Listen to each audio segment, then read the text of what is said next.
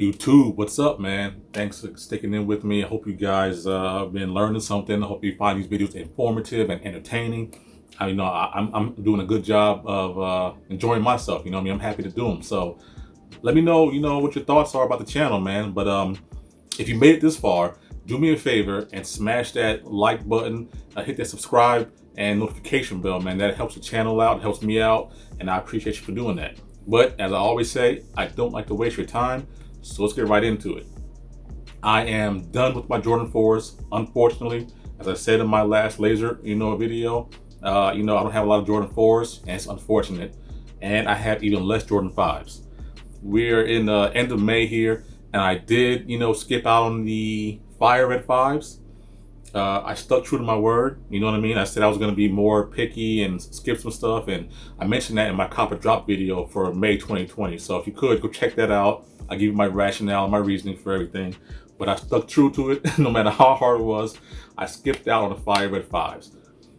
I regret it. I do. I regret it at this point, but I'm gonna show you what I got and stick to my word. So without further ado, I'm getting to this pickup, which is the Jordan 5. I'm gonna call them the home or the away, the away Laneys.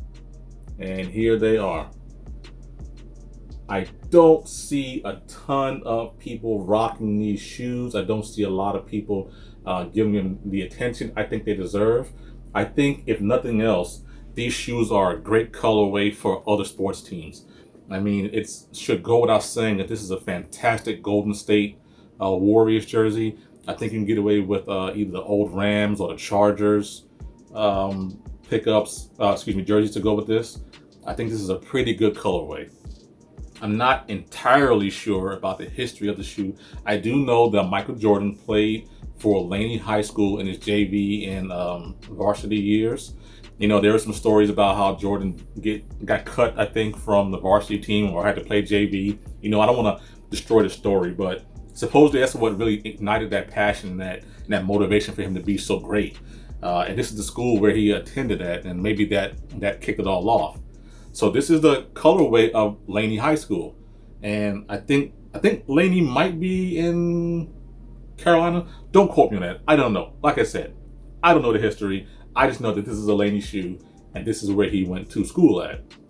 Now, I mentioned to be specific about calling this the away version, if I'm not mistaken, because there is what I consider the home version, and that's the white base with blue and yellow accents to it, instead of this blue base that has blue and yellow accents to it. If I'm not also mistaken, there's a black version that could be like a Friends and Family or a player exclusive. Not sure about that one. Either way, this is the least exclusive of the three colorways that I mentioned for Laney, but I still think it's a pretty good shoe. I picked this up, now as I mentioned, I was looking for things that were cheap, because I was just looking to build a collection. I got this from the Finish Line outlet in California, if I do recall. No, maybe I got it from here. There's one of these outlets around here, but I got this from a Finish Line outlet, and this is the Laney version. Now, on this particular shoe is a soft and short hair suede. It doesn't really move that much, which is why I call it the short hair. The Jordan 5 model is obviously the successor to the Jordan 4. I believe Tinker Hatfield did indeed design this one as well. And the Jordan 5 is not one of my more favorite models, so I don't exactly have a lot of history to talk about as far as what the lineage is behind it. I don't know what all design cues he took from it. I know that some people call these the shark teeth. I don't know what that's about. Maybe because of Jordan's ferociousness and relentlessness during the game. I think Jordan actually played in the Fire Red 5s and the Black Metallic 5s. I don't know if they were called that then or now, but I believe that's where he played. And so those are the OG colorways. And this is just obviously pays homage to where he played in high school, as I mentioned. So there are certain things about this particular shoe that are different than the Jordan 4, but they carry over. So as you can see, the netting is now really front and center on the side of the shoe here. And this particular netting is clear, which is backed up by that varsity blue for Laney High School, as well as the yellow that does tie into the high school colors. So in addition to that, the number 23 is stitched on the side, And depending on which models, because I think the Michigan model has something different. I think the Michigan model has a tag here that says something different than this. But 23 is on the side of this.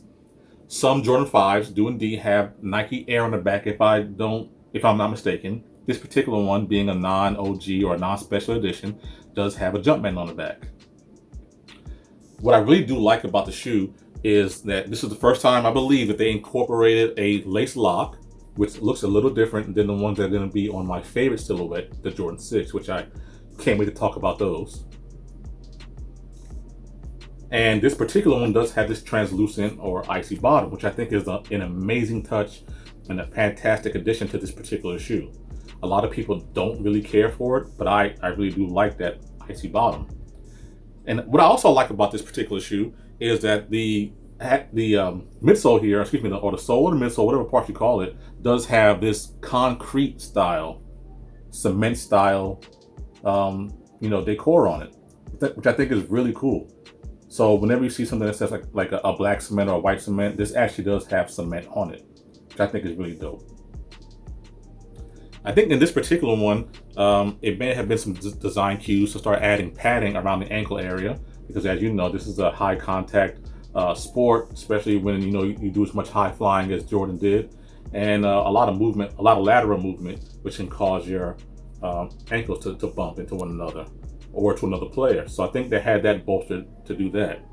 In this particular one, the eyelets, unlike the Jordan 4, were actually placed back into the shoe themselves, and comes up into a more mid or a high top as opposed to the lower profile of the Jordan 4. Now this shoe does come equipped with a 3M reflective tongue. I'm going to try to turn the flash on and see if that will reflect. So bear with me for 1 second. So I'm not quite sure if that works, but hopefully it does. So you can never really go wrong with a reflective anything. I'm a really big fan of 3M. It can be overdone, but in this particular case, I think it's a nice touch to this shoe. I think it does add a lot to it. Again, there's that 3M reflective. On the inside of the tongue, it is yellow. It does have Air Jordan written again upside down. Now this tongue is actually a lot stiffer than the other ones, and that could be due to the upper design of it. It has, again, that high top or that mid style silhouette with a yellow, and it feels like almost a carpet. So it's a thick carpet style material and a yellow Jumpman on there. So the shoe does have a lot of dope points about it. I really do like it. And in addition to that, this yellow is actually not the default lace.